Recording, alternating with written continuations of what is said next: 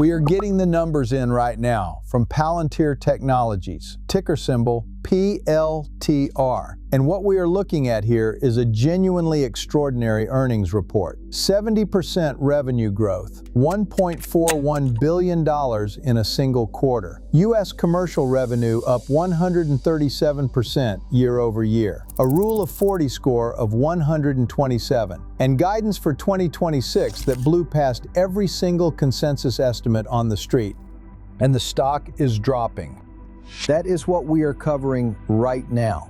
Not in 6 months, not looking back. Right now, in real time, as this market reaction plays out, we are breaking down exactly what Palantir just reported, number by number, segment by segment, and then we are getting directly into why a report this strong is producing a sell-off rather than a rally. Let's get into it. Here is what Palantir just put on the board for Q4 2025. Total revenue, $1.407 billion. That is a 70% increase over the same quarter last year when Palantir brought in $828 million. It is also a 19% jump from just 3 months ago, quarter over quarter. The street was modeling $1.32 billion for this quarter. Palantir beat that estimate by 6.82%. Earnings per share came in at 25 cents on an adjusted basis. Analysts were expecting 21 cents. That is a 19% beat on the bottom line. GAAP operating income for the quarter, $575 million. That is a 41% GAAP operating margin. This is a company that not long ago was questioned on whether it could ever be consistently profitable under GAAP standards. That question has been answered.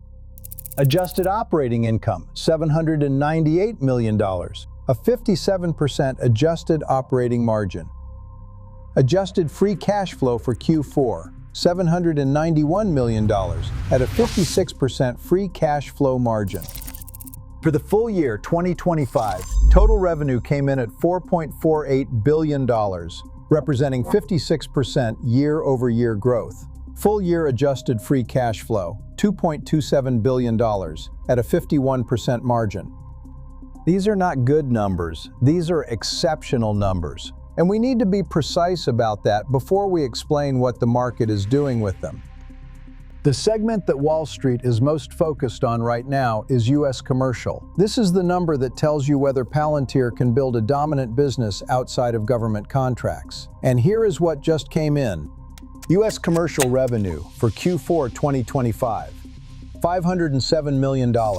Year-over-year growth, 137%. Quarter-over-quarter growth, 28%. For the full year 2025, U.S. commercial revenue totaled $1.47 billion, up 109% from 2024. Let's put that 109% in context. This is not a small base growing fast. This is a segment that crossed $1 billion annually and then doubled. That does not happen in enterprise software. That is the kind of growth rate you see in hyper-growth SaaS companies in their earliest stages, not in mature platforms serving Fortune 500 companies and government agencies. The deal metrics are backing this up directly. In Q4 alone, Palantir closed 180 deals worth $1 million or more. 84 of those deals were worth $5 million or more. 61 were worth $10 million or more. Total contract value for Q4 came in at $4.26 billion, up 138% year over year. U.S. commercial customer count is now at 571, up 49% year over year. U.S. commercial remaining deal value, the contracted revenue that hasn't been recognized yet, hit $4.38 billion, up 145% year over year and 21% from last quarter. That pipeline number is critical. It means the revenue that is already contracted and sitting in the backlog is growing faster than the revenue being recognized. That is a leading indicator, not a lagging one. It tells you the next several quarters are already partially booked. Palantir's government business is the bedrock of this company. And the Q4 2025 numbers show it is not just holding, it is accelerating. U.S. government revenue for Q4, $570 million. That is up 66% year over year. For the full year 2025, U.S. government revenue totaled $1.85 billion, up 55% year over year. Total U.S. revenue for the quarter, commercial and government combined, came in at $1.076 billion. That is up 93% year over year. The U.S. business alone, in a single quarter, is approaching annual revenue figures that Palantir posted just 3 years ago. A notable contract in this segment, a $448 million U.S. Navy contract. That is the kind of deal that signals this is not a company on the periphery of government technology spending. This is central infrastructure for the U.S. defense apparatus. The government segment also matters for a different reason right now. With competition concerns circulating in the commercial AI space, and we are going to address those directly, the government side of Palantir's business represents contracted, embedded, deeply entrenched revenue that does not simply switch vendors because a competitor released a cheaper product. There is a metric in enterprise software called the Rule of 40. You take your revenue growth rate, add your adjusted operating margin. If the combined number is above 40, you are considered healthy. Above 60, exceptional. Above 80, you are in elite territory. Here is Palantir's trajectory on this metric, quarter by quarter. Q1 2024, 57. Q2 2024, 64. Q3 2024, 68. Q4 2024, 81. Q1 2025, 83. Q2 2025, 94. Q3 2025, 114. Q4 2025, 127. Not only is the score at 127 well beyond any conventional benchmark for excellence, but it is accelerating every single quarter. This is not a company plateauing. This is a company whose growth and profitability are simultaneously improving each quarter faster than the last. 8 consecutive quarters of acceleration on a combined growth plus profitability metric is not something that happens by accident or by luck. Net dollar retention is at 139%. That means existing Palantir customers are spending, on average, 39% more than they spent with Palantir 12 months ago. That is the definition of a sticky platform with expanding adoption inside its customer base. Top 20 customers are now generating an average of $93.9 million each in trailing 12-month revenue, up from $64.6 million a year ago. Those are not pilot programs. Those are deep, expanding enterprise relationships.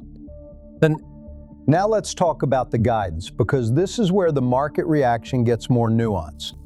Palantir is guiding for full year 2026 total revenue of $7.18 to $7.23 billion.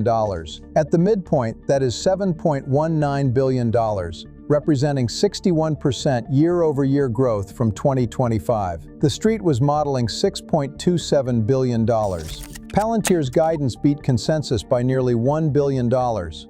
U.S. commercial revenue guidance for 2026, above $3.144 billion.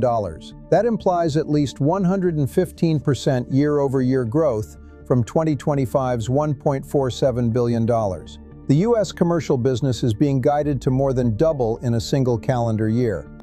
Q1 2026 revenue guidance, $934 to $938 million. That is a 54% year-over-year growth rate for the coming quarter.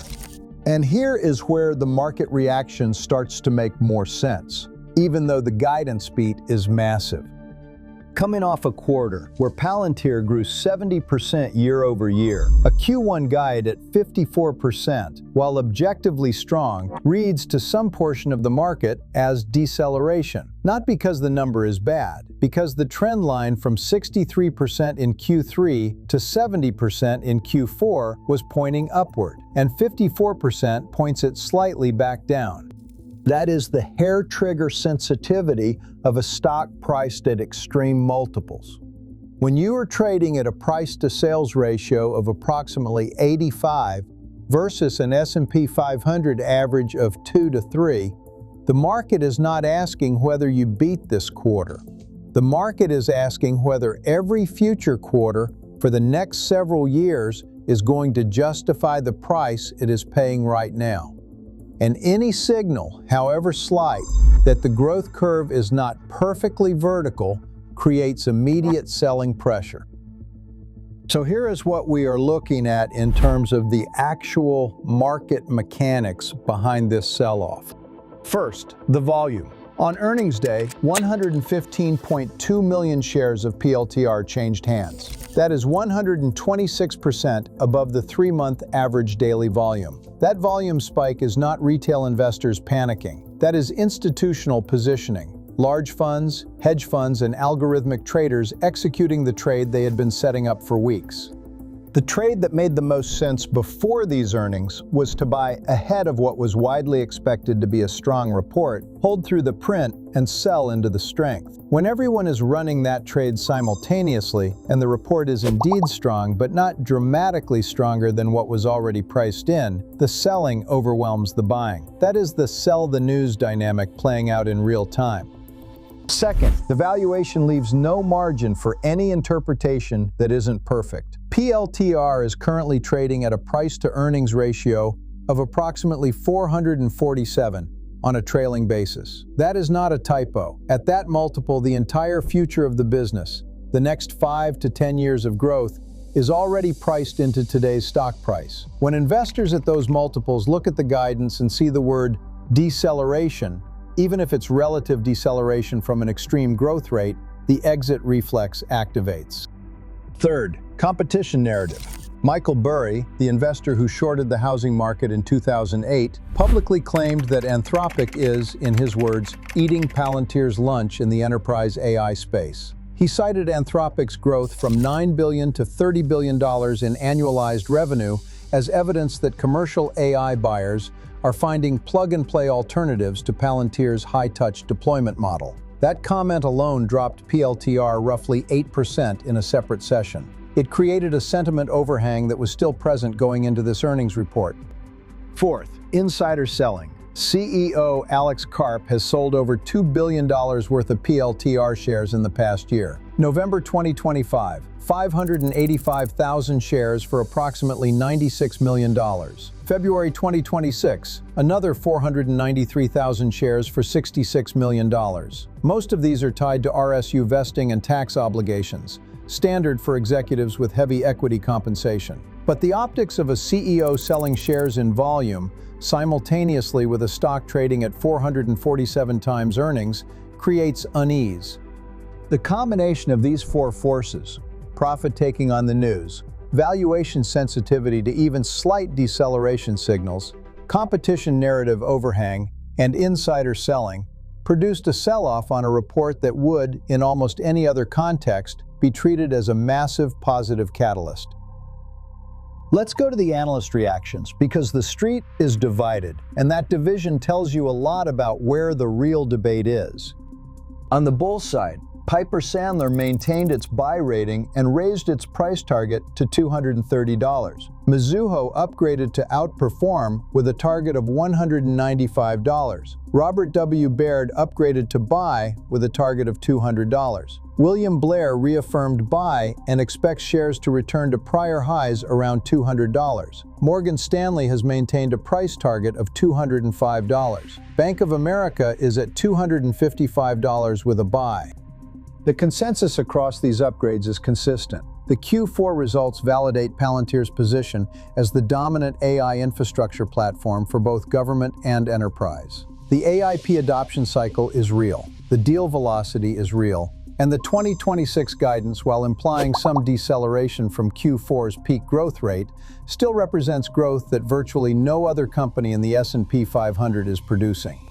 On the bear side, Jefferies has maintained its underperform rating with a price target of $70. Goldman Sachs has a neutral rating with a target of $182, cut from $188. RBC Capital maintains underperform. The bear thesis is straightforward, and it does not dispute the revenue numbers. The bear thesis is purely about the multiple. At 39 times 2027 estimated revenue, the argument from Jefferies is that no amount of execution justifies a valuation that leaves zero room for any slowdown, any competitive disruption, any macro headwind, or any guidance miss, ever. Current consensus: moderate buy. 10 buy ratings, 7 holds, 2 sells. Average price target, $189.76. Median recent target, $202.50. State. The Anthropic competition argument is circulating loudly right now, so let's address it directly with the actual data that is available. The argument against Palantir is that Anthropic's Claude-based enterprise AI tools are cheaper, faster to deploy, and easier to integrate than Palantir's AIP, and that, as a result, commercial buyers are gravitating toward lighter-touch AI solutions rather than committing to Palantir's high-touch, customization-heavy platform. Michael Burry publicly endorsed this view, and it is a legitimate structural question. But here is what the Q4 2025 data is actually showing right now in the present tense.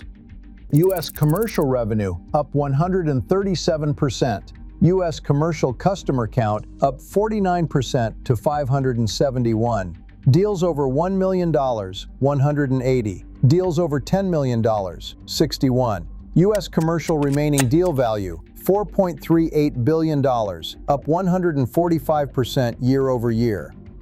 If Anthropic is eating Palantir's lunch, these numbers do not reflect it yet. Not in Q4 2025, not in the deal flow, not in the pipeline.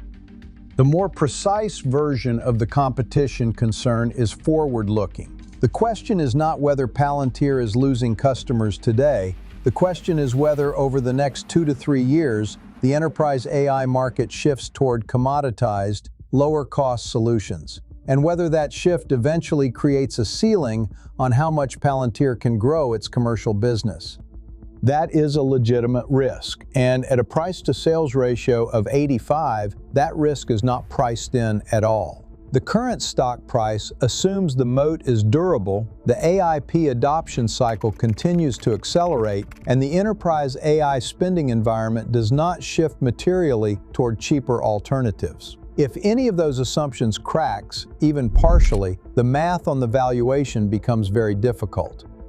The government side is a different conversation. The U.S. military does not switch intelligence platforms because a competitor offers a faster API. Those relationships are embedded at the operational level. They take years to build. They require security clearances. They are written into multi-year contracts, and they are not subject to the same buy or switch dynamic as commercial software procurement. The $448 million U.S. Navy contract that just closed is not at risk from Anthropic.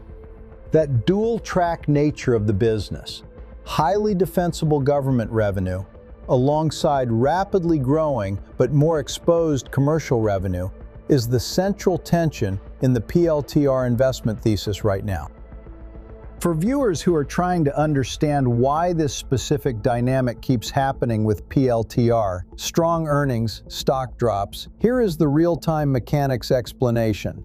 In the weeks and months leading into a major earnings event, institutional investors who believe the results will be strong build long positions. They are buying the expectation of good news. As more and more of those positions get established, the stock price rises to reflect those expectations. By the time the earnings report actually hits, the market has already done a significant portion of its pricing work.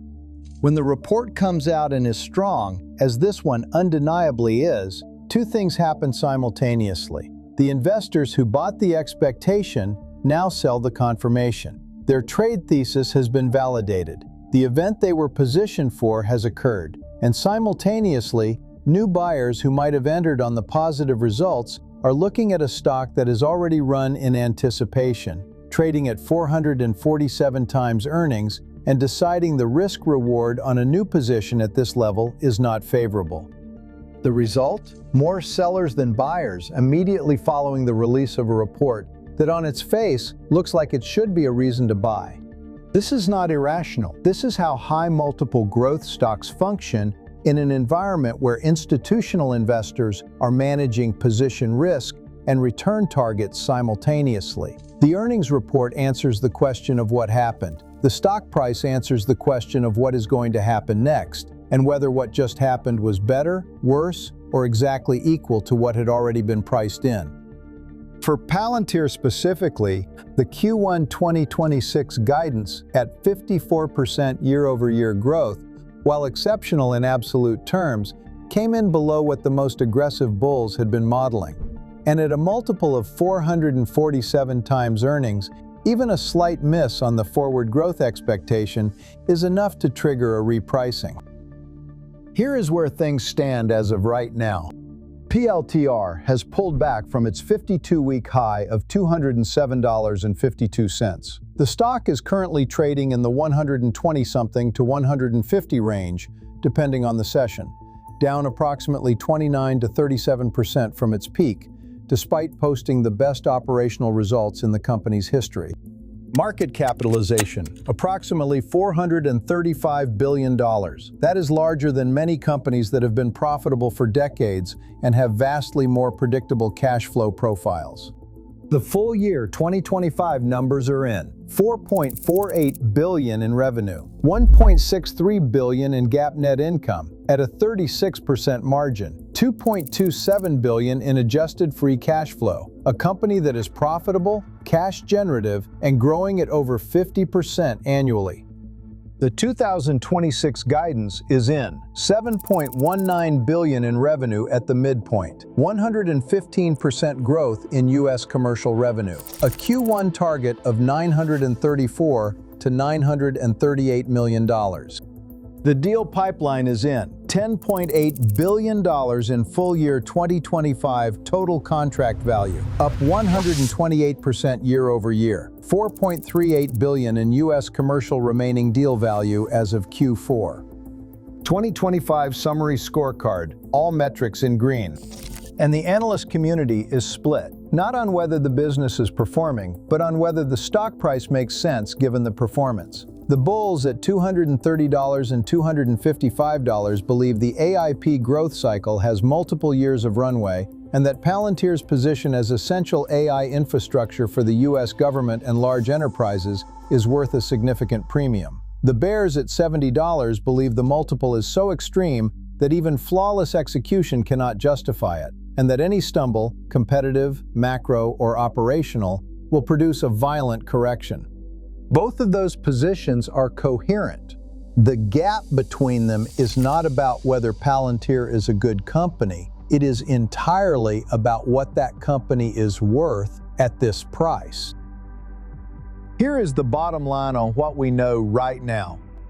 Palantir just posted Q4 2025 revenue of $1.407 billion, up 70% year over year, beating estimates by 6.82%. EPS of 25 cents, beating by 19%. U.S. commercial revenue up 137%. U.S. government revenue up 66%. Rule of 40 score of 127. Adjusted free cash flow of $791 million for the quarter, and 2026 guidance of $7.19 billion, nearly $1 billion above what analysts were expecting. The stock is down. It is down because the market already priced in a strong report. It is down because the Q1 guide at 54% growth implies some deceleration from Q4's 70%. It is down because at 447 times earnings and 85 times sales, any signal that is not perfectly upward creates selling pressure. It is down because institutional investors who built positions ahead of earnings are taking profits. And it is down because competition concerns from Anthropic and broader enterprise AI commoditization risks are creating a sentiment overhang that the current numbers, while strong, have not fully neutralized. None of that changes what is in the report. The report is exceptional. The pipeline is exceptional. The deal velocity is exceptional. The operational metrics are exceptional. What is being debated right now, in real time in the market, is not whether Palantir is executing. What is being debated is whether the price you are paying to own that execution is a price the company can grow into without any disruption, any competition, any macro headwind, or any single quarter of guidance that falls short of perfection. That debate is live. It is not resolved. And the next significant data point that will either confirm or complicate the bull thesis is Q1 2026 earnings, where the market will be watching to see whether that 54% guided growth rate holds, accelerates, or slows further. We will be covering that report in full when those numbers hit. In the meantime, if you want to see the full Q4 2025 earnings presentation directly from Palantir's investor relations page, all of these numbers are sourced from that document and verified against the official press release dated February 2nd, 2026. Drop your take in the comments right now. Is the sell-off a buying opportunity, or is the valuation the story regardless of the results? That conversation is happening in real time, and we want to hear where you stand.